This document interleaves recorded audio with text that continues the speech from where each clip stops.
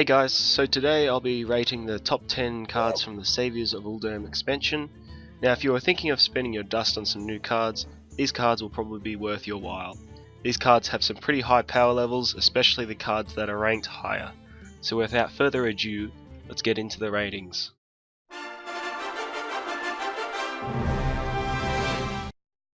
So up in the number 10 spot is Oasis Surger for the Druid class. This card has some pretty amazing synergies with the new Druid quest, basically allowing you to get up to 2 5/5 minions with Rush. This is a really powerful play to make a strong board presence.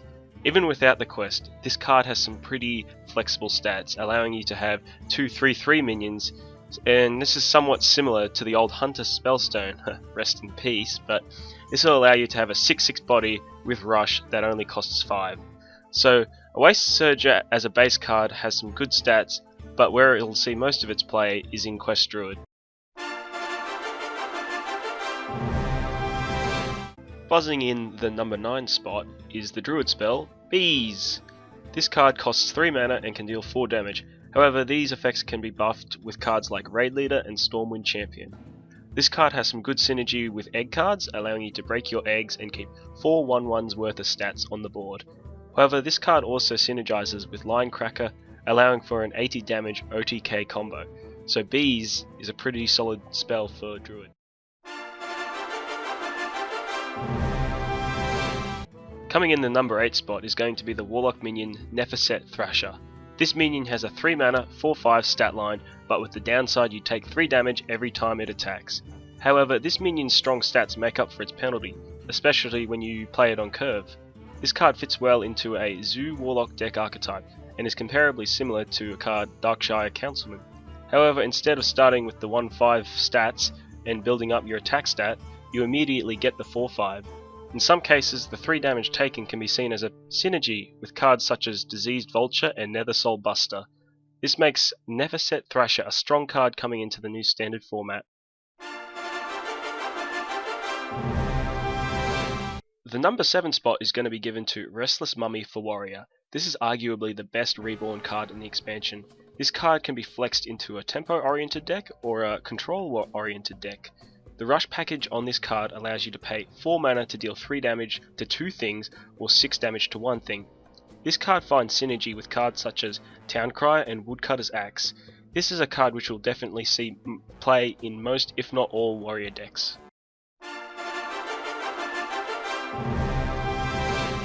In the number 6 spot is the Hunter minion Hyena Alpha.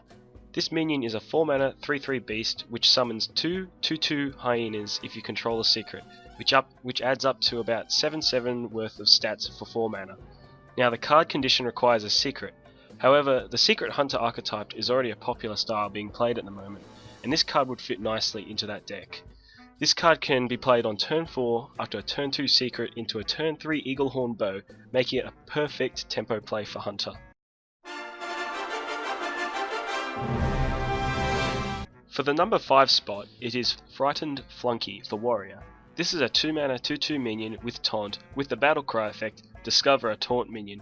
This card is very similar to Stonehill Defender, and with Stonehill Defender costing 1 more mana and Frightened Flunky being a warrior only card, this makes Frightened Flunky an extremely valuable card. This card has the flexibility to fit into most warrior archetypes. This card will definitely see play simply because of the Discover Taunt effect, and being able to play the card early on and still get late game value out of it. This really makes Frightened Flunky a really good card.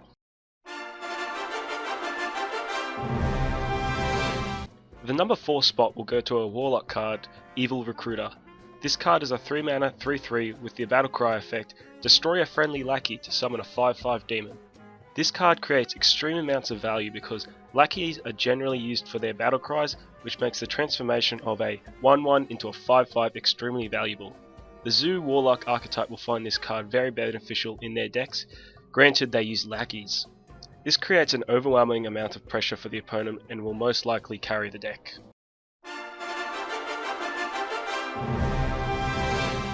Coming in for number 3 is Zephyrus the Great.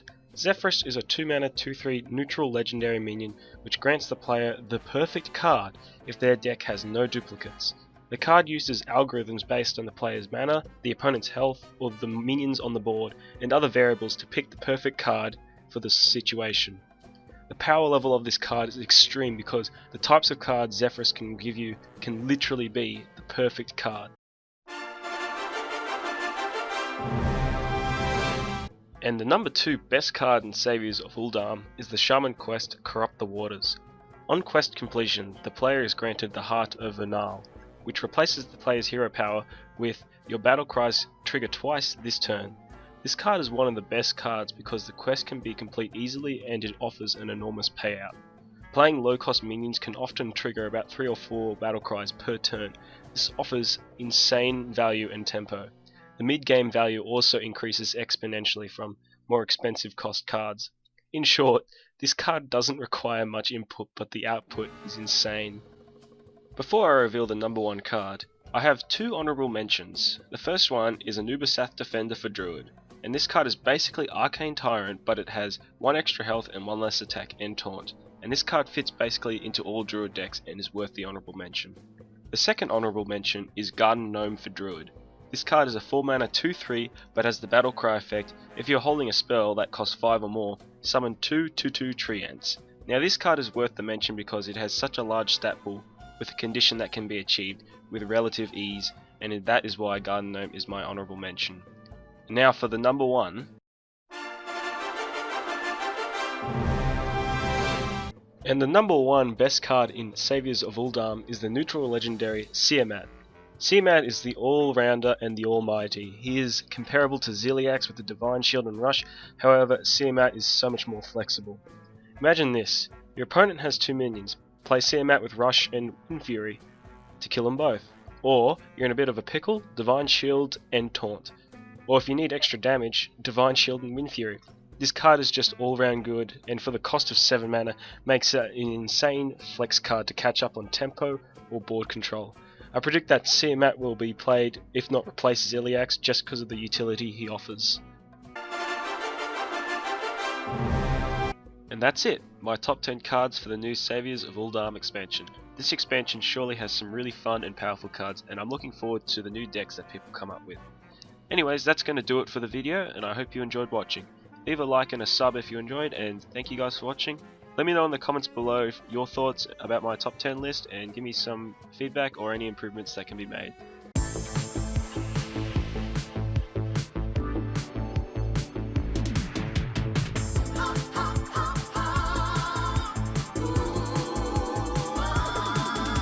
The shadows are rising again, darker than they've ever been.